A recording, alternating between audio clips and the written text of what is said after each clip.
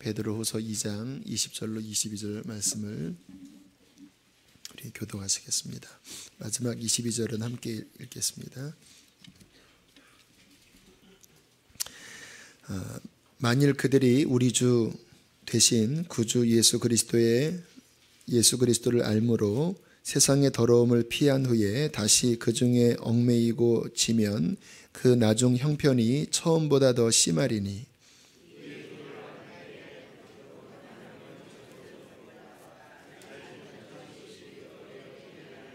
함께했습니다. 참된 속담에 이르기를 개가 그 토하였던 곳에 돌아가고 돼지가 씻었다가 더러운 구덩이에 도로 누웠다 하는 말이 그들에게 응하였도다. 아멘. 어제 새벽에 드린 말씀이 하나님의 심판은 공정하다라는 말씀을 드렸습니다. 심판은 공정해야 합니다. 심판에 불의가 있으면 반드시 그 심판은 문제가 생기게 되고요. 그 재판관은 공정하지 않은 재판관은 재판관에 있을 수가 없지요. 하물며 하나님께서 정의로우신 분이신데 공정하지 않는 재판을 하실 수가 없으십니다. 하나님의 심판은 공정하게 행하실 것입니다. 그래서 심판날에는 삶의 열매로 심판을 받게 되는 거예요.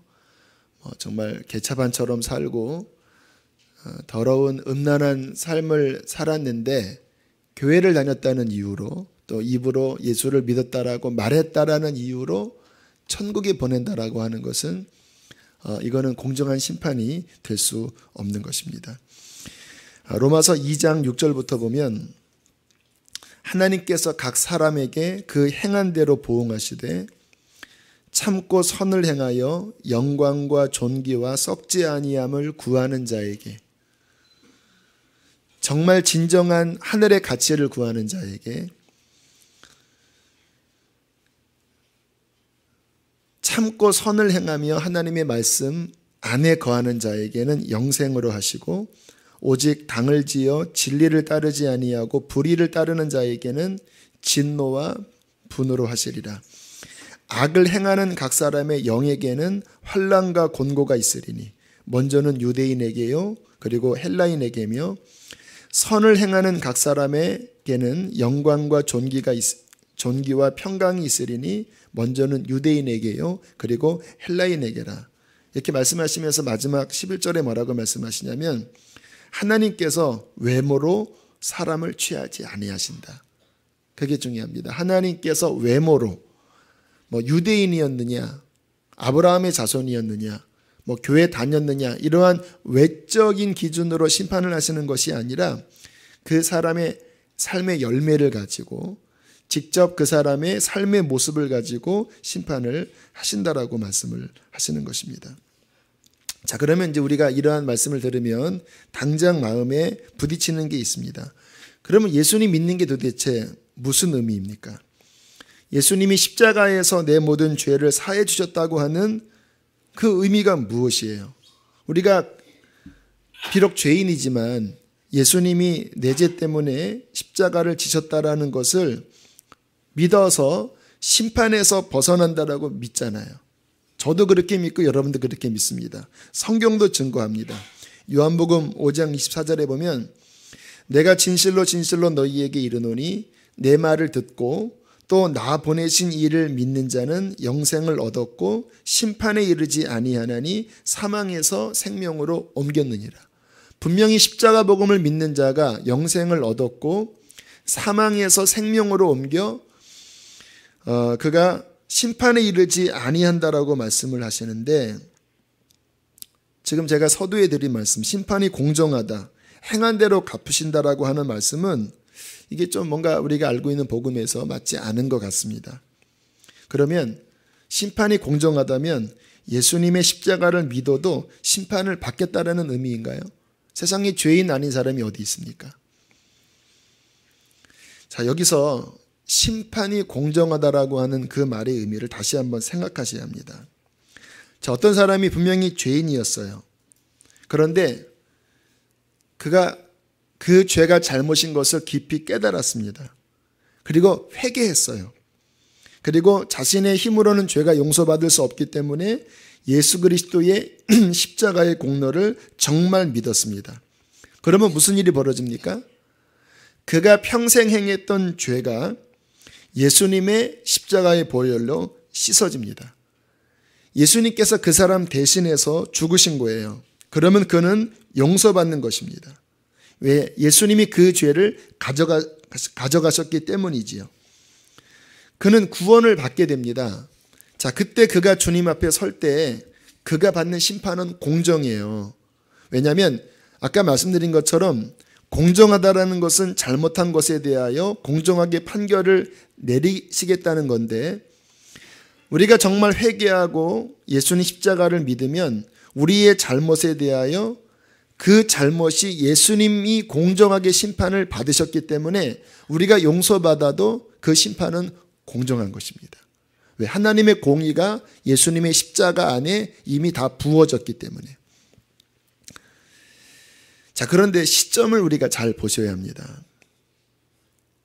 로마서 3장 25절에 보면 이렇게 말씀하고 있습니다. 이 예수를 하나님이 그의 피로써 믿음으로 말미암는 화목제물로 세우셨으니 이는 하나님께서 길이 참으시는 중에 전에 지은 죄를 간과하심으로, 그가 십자가를 붙잡기 전에 지었던 죄를 주님께서 간과하신다라는 거예요. 그리고 정말 회개하고 십자가의 보혈을 믿었을 때 그 피로 말미암아 그가 지었던 모든 죄가 예수님의 십자가로서 씻어짐으로써 자기의 의로우심을 나타내고 또 예수 믿는 자를, 그 십자가를 정말 믿고 회개한 자에게 하나님께서 의를 주심으로 하나님의 복음을 완성하셨다고 말씀을 하시는 것입니다. 그 메리 백스터의 정말로 천국은 있습니다라는 책에 보면 그 어떤 사람이 회개했을 때 일어나는 그 영적 세계의 상황을 아주 리얼하게 설명하더라고요. 제가 아마 전에도 한번 설명했을 겁니다. 막 회개하라는 복음이 전해졌을 때 한 술 취한 사람이 예배당으로 돌아왔어요.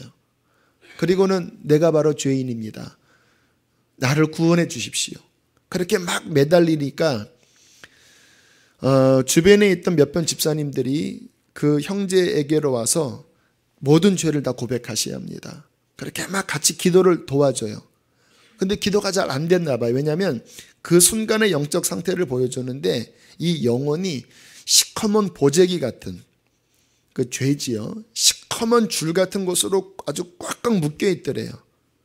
그런데 그가 진심으로 십자가 앞에 회개를 하니까 천사가 돕는데 어떤 하나님의 능력으로 그에게 이렇게 역사를 하니까 갑자기 그 몸을 얽어매고 있던 그 시커먼 보자기 같은 것들이 하늘하늘 벗겨지더래요. 여러분 회개의 경험 바로 그거 아시죠? 이것이 막 벗겨지는데 그 순간에 이분에게 막 자유함이 임하면서 말할 수 없는 기쁨으로 막 춤을 추면서 할렐루야 내가 구원받았습니다 막 기뻐하더랍니다. 그 상황을 천사가 이렇게 기록을 하더니 하늘로 올라가더랍니다. 그때 이제 백스터 여사도 함께 천국에 올라가서 장면을 보여주는데 어떤 책을 하나 이렇게 꺼내는데 그 회개했던 사람이 일생 지은 그 행위가 기록되어 있는 책이더래요. 요한계시록에 보면 행위록 있잖아요. 예수님의 피로 그 사람이 지은 죄를 하나하나 다 씻어내는데 그 책에 기록된 것이 피로 하나하나 씻어질 때마다 깨끗해지더랍니다. 그리고는 이 모든 사람의 죄는 씻음 받았고 이는 이제 하나님의 자녀가 되었다고 하니까 천국에서 막 천사들과 성도들이 기뻐하면서 그렇게 하나님께 영광을 돌리더랍니다. 자, 이 사람이 그 상태에서 천국 가면 어떻게 될까요? 비록 좀 전까지만 해도 술 주정뱅이요, 간음자요, 폭력자요, 살인자였어도 그가 예수님의 십자가를 정말 회개하고 믿고 보혈로 씻어졌다면 그는 죄사함을 받은 것입니다. 사망에서 생명으로 옮겨진 것이고 그 상태에서 주님 앞에 가도 그는 심판을 받지 않아요. 왜냐하면 예수님을 통해서 의인이 되었기 때문입니다. 이거 믿으십니까? 그렇죠. 이 부분을 제가 흔드는 것이 아닙니다. 자, 그런데 또 한번 생각을 해보십시오. 그렇게 씻어졌는데 그가 만약에 또다시 예전의 삶으로 돌아가기 시작합니다. 또 마시기 시작하고 또 간음하기 시작하고 또 사람들을 때리기 시작하고 그런 일 많이 있죠. 또 세상의 죄악 가운데로 돌아가요. 이때 그 사람은 어떻게 될까요? 이것에 대해서 성경은 뭐라고 말씀하고 있습니까? 그래도 그 사람은 예수를 믿었기 때문에 성령의 은혜를 받았기 때문에 무조건 그 사람은 구원받는다. 그렇게 성경은 위로하고 있을까요? 그렇게 생각하는 분들이 의외로 많아요. 왜? 그렇게 어떤 교리적인 주입을 받았기 때문에 그래도 그 사람은 구원받을 거야 라고 생각을 합니다. 우리는 성경대로 살펴보셔야 합니다. 먼저 구약부터 살펴보면요. 성경은 신구약이 연결이 됩니다. 그냥 제가 읽어드릴게요. 구약은 에스겔서 말씀. 인자야 너는 내 민족에게 이르기를. 이 민족이 구원받은 아브라함의 후손이잖아요. 하나님께서 이 민족에게 언약을 주셨잖아요. 의인이 범죄하는 날에는 그의 의의가 그를 구원하지 못할 것이요. 악인이 돌이켜 그 악에서 떠나는 날에는 그 사람이 행했던 악이 그를 엎드려뜨리지 못할 것인즉 의인이 범죄하는 날에는 그 의로 말미암아 살지 못하리라. 만일 의인이 돌이켜 그 공의에서 떠나 죄악을 범하면 그가 그 가운데서 죽을 것이요. 만일 악인이 돌이켜 그 악에서 떠나 정의와 공의대로 행하면 그가 그로 말미암아 살리라. 무슨 말입니까? 현재성이다. 아무리 죄 씻음 받은 의인이라 할지라도 그가 그 자신의 의의를 믿고 저 세상으로 다시 돌아가면 그가 씻어졌던 것들은 아무것도 안 된다. 그러나 저 죄악의 한가운데 있었던 사람이 정말 뉘우치고 회개하고 내게로 돌아오면 그가 행했던 악이 그를 심판하지 못한다. 신앙은 현재다. 수년 전에 유명한 조폭 두목들 대도 누구누구 또 조 누구누구 또 김무무촌 이런 분들이 감옥에서 회개하고 예수 믿었다고 하는 소식이 굉장히 센세이션이었습니다. 대도 누구누구는요, 그 옆에서 그번에 회심을 지켜본 분 얘기를 들어보니까 그 박효진 장로님이 얘기하시더라고요. 막 떼굴떼굴 굴러들어요. 막 성령이 임하셔서 막 회개가 터지는데 그렇게 회개하면서 하나님을 찬양하고 정말 변화되더래요. 그리고 조 누구누구 씨는 그 보스라는 영화에 그가 이렇게 감옥 안에서 예수님을 어떤 영적으로 만나는 그 내용까지 그 영화 안에 담겨두기도 했어요. 또 김 누구누구 촌 씨는 그가 출소하면서 나는 이제 하나님을 만났고 앞으로 나같이 그렇게 어려운 사람들을 위해서 살겠다. 그렇게 아주 인터뷰까지 했을 정도입니다. 그런데 얼마 지나지 않아서 기가 막힌 일들이 벌어지는 거예요. 또 도둑질하다 걸리고 또 도둑질하다 걸리고 또 감옥에 들어가고 결혼을 했는데 무당과 결혼을 하고 전화를 해서 후려치고 갈취하고 하는 그러한 소식들이 들려오는 거예요. 얼마나 많은 사람들이 실망을 했는지 몰라요. 그분들의 간증까지 했거든요. 이러한 경우 우리가 어떻게 봐야 합니까? 물론 인간적인 판단을 하라는 건 아니고 다만 예증으로서 이 상황을 살펴보라는 거예요. 한 번 구원받았기 때문에 영원한 구원일까요? 결코 이들은 버려지지 않을까요? 아마 그들이 그렇게 생각할 수도 있어요. 그래 내가 옛날에 그렇게 은혜 받고 회개도 했고 십자가 만났으니까 이렇게 내가 죄 져도 어차피 사람은 연약한 거니까 어쩔 수 없는 거다. 그리고 전화해서 돈 내놔라. 본인은 구원의 확신을 가질 수 있어요. 그러면서 자, 성경이 뭐라고 말씀하시는지를 오늘 본문에서 말씀하십니다. 자, 우리 본문을 다시 보겠습니다. 20절 함께 읽겠습니다. 시작. 만일 그들이 우리 주 대신 구주 예수 그리스도를 알므로 세상의 더러움을 피한 후에 다시 그 중에 얽매이고 지면 그 나중 형편이 처음보다 더 심하리니. 괜찮다고 이야기하는 게 아니라 오히려 더 심해지는 문제가 생길 것이다. 하나님 앞에 섰을 때에 더 심해질 것이다 라고 말씀을 하고 있습니다. 왜 그러냐면 21절 함께 읽습니다. 시작. 의의 도를 안 후에 받은 거룩한 명령을 저버리는 것보다 알지 못하는 것이 도리어 그들에게 나으니라. 아마 제가 알고 있기에 사회법도요, 아마 이러한 원리를 적용할 거예요. 어린아이들이 범죄하는 것은요, 이게 참작이 됩니다. 모르니까. 그렇죠. 모르니까. 그런데 성인이 범죄하든지 그 일들을 더 잘 아는 사람이 범죄하면 가중처벌이 들어갈 거예요. 아는 사람인데. 그 사람은 이미 그 상황을 알고 있습니다. 이게 영적으로도요, 성경은 뭐라고 말씀하시냐면 많이 받은 자에게 더 많이 찾을 것이라고 말씀하십니다. 그래서 저 같은 주의 종이 더 심판을 받아요. 왜? 저는 더 많이 알기 때문에. 22절 말씀 함께 읽겠습니다. 시작. 참된 속담에 이르기를 개가 그 토하였던 곳에 돌아가고 돼지가 씻었다가 더러운 구덩이에 도로 누웠다 하는 말이 그들에게 응하였도다.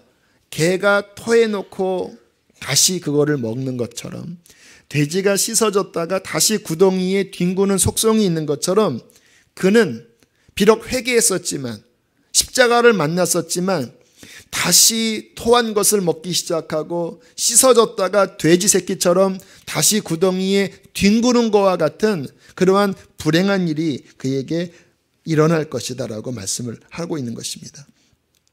그래서 사도 바울이 디모데후서 4장에 내가 이 믿음을 지키기 위해서 싸웠다고 말씀을 하는 거예요. 그리고 마지막 죽을 때에 내가 처음 가졌던 그 십자가를 향한 믿음, 주님 안에 거하는 그 믿음을 이제 지켰으니 주님 앞에 가면 면류관 받는다라고 이야기하는 것입니다. 요한계시록에는 이기는 자와 끝까지 내 일을 지키는 자에게 만국을 다스리는 권세를 주겠다. 신앙이 중요한 거는요, 과거가 아닙니다. 지금 내가 그 믿음을 지키고 있는가. 너는 처음 사랑을 회복해라. 처음 사랑. 네가 처음 사랑을 갖지 않고 그렇게 마음이 떨어져 있으면 촛대를 옮기겠다.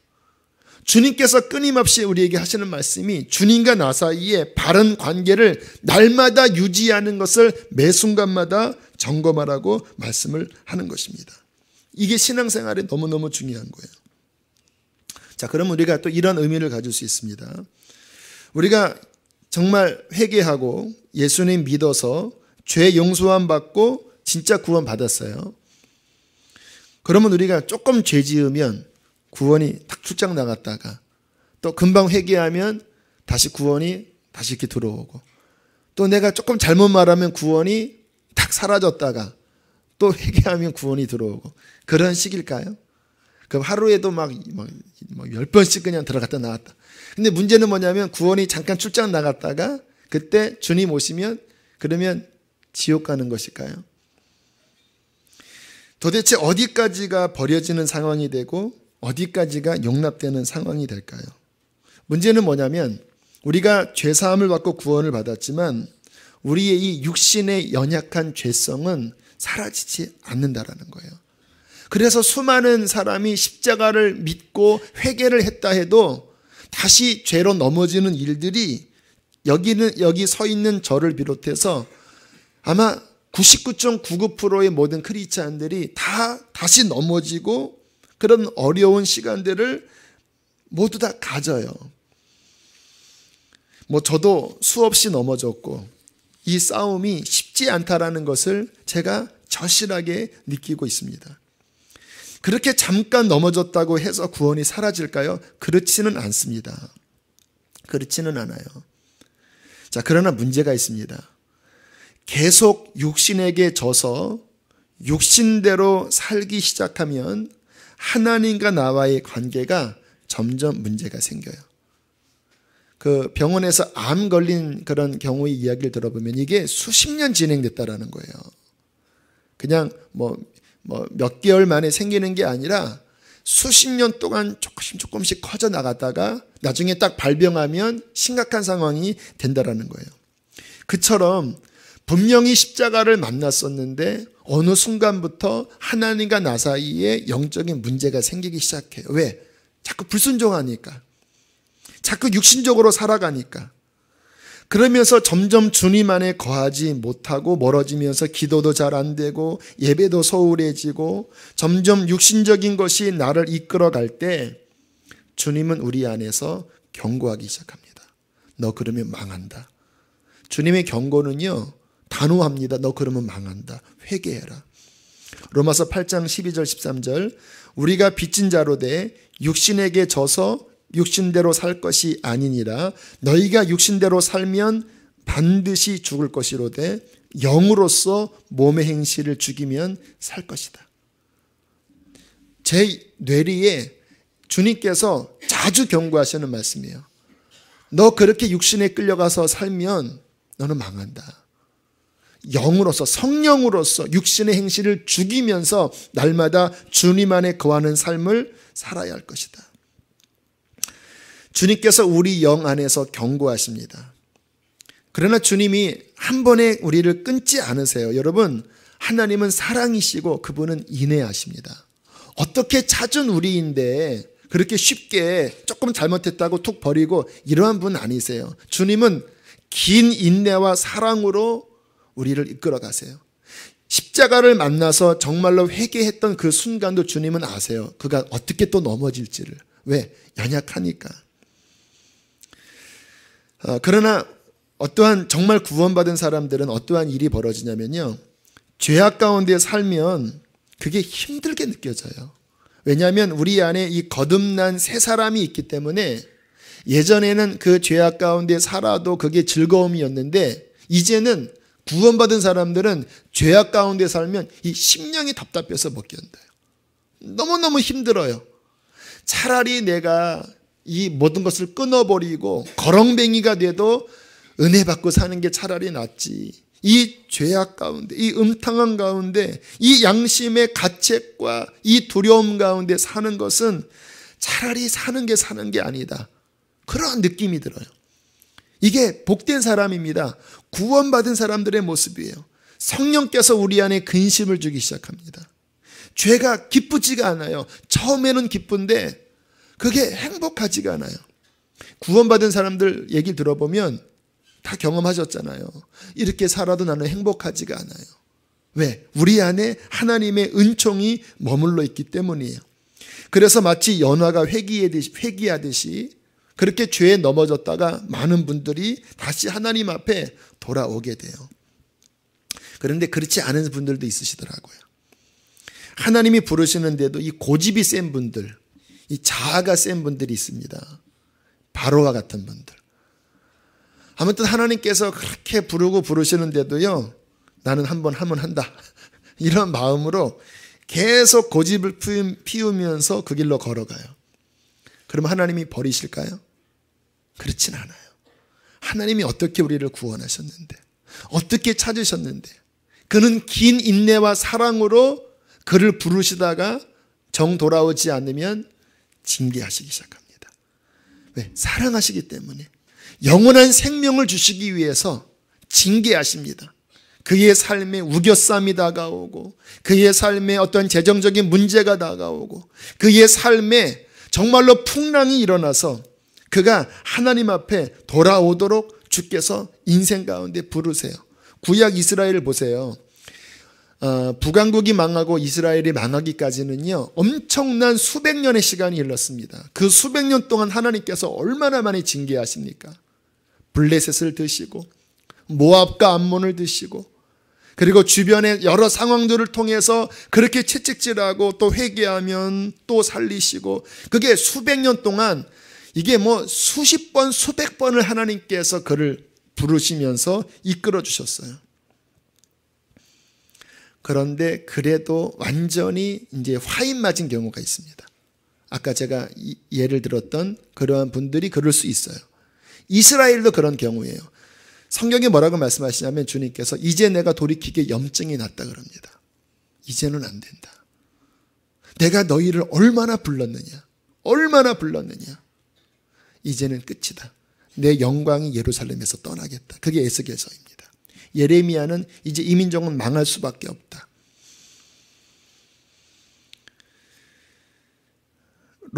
요한복음 15장에 뭐라고 말씀하시냐면 사람이 내 안에 거하지 아니하면, 그러니까 지속적으로 거하지 않는 거예요. 징계가 와도 계속 가는 거예요. 그러면 가지처럼 밖에 버려져 마르나니 사람들이 그것들을 모아다가 불에 던져 사르느니라. 주님 안에 거하지 않는 거예요. 계속 세상을 쫓아가는 거예요. 주님이 아주 엄청난 긴 시간 가운데 말씀하셔도 돌아오지 않는 거예요. 몸은 교회 안에 있지만 마음은 완악해진 거예요. 꺾여집니다. 성경 말씀 그대로 사람들이 그것들을 모아다가 불에 던져 사른다고 말씀을 하고 있는 것입니다. 그래서 교회 다니면서 지옥 가는 부리는 두 종류 사람입니다. 첫 번째는 원래부터 거듭나지 않은 사람. 그러니까 종교인이었지 정말 회개와 십자가를 경험하지 못한 분들은 구원받지 못해요. 그러나 또 한 부류는 십자가를 만났었지만 좀 전에 예를 든 것처럼 주님 밖에서 계속해서 살면서 결국은 돌아오지 않을 때 그는 밖에 버려져 말라져요. 지금 제가 말씀드린 이 인식이 마음 안에 뚜렷하게 있으셔야 합니다. 저는 성경을 말씀하는 거예요. 신학을 교리를 말씀하는 게 아니라 성경을 말씀하는 거예요. 지금 제가 드린 말씀, 이 우리 안에 정확하게 기초가 되어야지만 우리가 잘못 살면 이 신학적인 기초가, 이 성경의 기초가 우리를 회개시키고 다시 돌이킬 수 있어요. 고린도 전서 9장 끝에 보면 사도 바울이 뭐라고 고백하냐면 내가 두려워함은 너희를 구원한 다음에 오히려 내가 하나님 앞에 버림받을까 봐 두렵다. 그래서 나는 끊임없이 내 몸을 쳐서 복종한다라고 바울과 같은 사람이 이야기를 해요. 그리고 연이어서 고린도전서 10장으로 넘어가면 그 성경을 제가 읽다가 좀 아쉬움이 뭐냐면요. 장과 절이 오히려 성경을 이해하는 데 방해가 돼요. 9장 끝과 10장은 서로 연결되는 부분입니다. 그 말을 한 다음에 10장에 뭐라고 하냐면 이렇게 이야기합니다. 구약을 예를 들어요. 자, 성경을 보자. 이스라엘이 출애굽을 했을 때 모세를 통하여 구름과 홍해를 지나가면서 세례를 받았고 반석에서 나오는 샘물을 통하여 신령한 음료를 먹었고 하늘에 떨어지는 만나를 통하여 신령한 양식을 먹었다. 그러나 하나님께서 그들 중 다수를 기뻐하지 않아서 광야에서 그들이 멸망당했다. 왜냐하면 그들이 악을 즐겨했기 때문입니다. 그들이 우상 숭배한 것처럼 너희 우상 숭배하지 말아라. 그들이 간음한 것처럼 간음하지 말아라. 그들이 하나님을 시험하는 것처럼 시험하지 말아라. 그렇게 죄를 짓다가 그들 중에 다수가 세례도 받고 신령한 음료도 마시고 신령한 양식도 먹었지만 그들이 광야에서 버림받았다. 그러한 사람이 되지 않기를 나도 주의하니까 너희도 주의하라고 말씀을 하는 것입니다. 여러분, 우리 신앙생활에 가장 중요한 것은요, 따라하겠습니다. 매일 주님 안에 거하는 것이다. 이거는요, 살아있는 생명의 관계예요. 종교가 아닙니다. 정말 주님이 내 안에, 내가 주님 안에 거할 수 있도록 날마다 회개하고 십자가 붙잡고 날마다 말씀 안에서 내 신앙을 점검하고 기도하면서 주님과의 관계를 끝까지 주님 앞에 서는 그날까지 유지하며 살 때에 간신히 구원받는 게 아니라 그 인생의 100배의 결실을 맺게 될 것입니다. 그러니까 극과 극이에요. 100배의 결실을 맺느냐 아니면 꺾여지느냐. 중간이 없어요. 우리는 그냥 어떻게 한 발 세상에 두고 한 발 교회 안에 둬서 아무튼 즐길 건 적당히 즐기고 구원도 놓치지 않으려고 발버둥 치시는데 그런 거 없습니다. 내 마음을 온전히 주님 앞에 드렸을 때 주님은 우리를 통하여 100배 결실을 맺는 것이고 점점 주님과 멀어지면요 열매도 없고 결국은 꺾여지는 거예요. 살아계신 하나님, 내 신앙이나 우리의 가족의 신앙이 날마다 끝까지 주님 안에 거해서 100배의 결실을 맺는 구원받은 믿음으로 사는 저와 여러분 되시기를 축복합니다. 이 시간 말씀 기억하면서 기도합시다. 하나님, 두렵고 떨리는 말씀입니다. 그러나 소망도 있고 이 안에 약속도 있습니다.